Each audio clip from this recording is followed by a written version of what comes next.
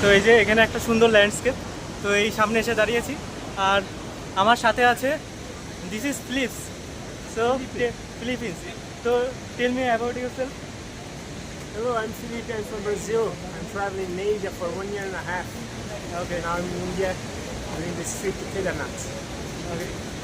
ওই আমরা দুজনে একসাথে বিস্কিট খেলাম আর আমি ওআরএস খেলাম। তো তো একটা কথাই বলবো, পাহাড়ে এসে এই জিনিসগুলো ডাস্টবিন ছাড়া যেখানে সেখানে ফেলবে না। তো this is not good for the mountain. তো আমরা এখানে কিছু রেস্ট নেওয়ার জন্য বসেছি কিছুক্ষণ।